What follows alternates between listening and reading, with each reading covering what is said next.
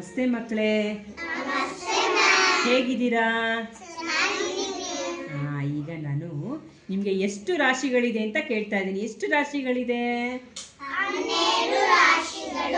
ಅದು ಯಾವ್ದ್ಯಾವುದು?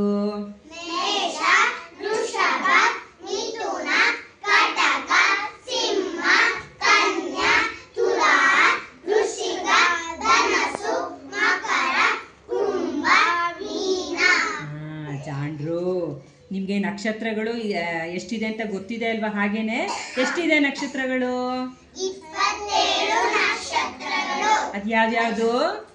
ಅಶ್ವಿನಿ, ಭರಣಿ, ರೋಹಿಣಿ, ಕೃತಿಕಾ, ಮೃಗಶಿರ, ಆಯಿಲ್ಯ, ಪುನರಸು, ಪುಷ್ಯ, ಆಶ್ಲೇಷ, ಮಕರ, ಕುಂಭ, ಉತ್ತರ, ಹಸ್ತ, ಚಿತ್ತ, ಸ್ವಾತಿ, ವಿಶಾಖ, ಅನುರಾಧ, ಜ್ಯೇಷ್ಠ, ಮೂಲ, ಪೂರ್ವಾಷಾಢ, ಉತ್ತರಾಷಾಢ, ಶ್ರವಣ, ಧನಿಷ್ಠ, ಶತಭಿಷ, ಪೂರ್ವಭಾದ್ರಪದ, ಉತ್ತರಭಾದ್ರಪದ, ರೇವತಿ.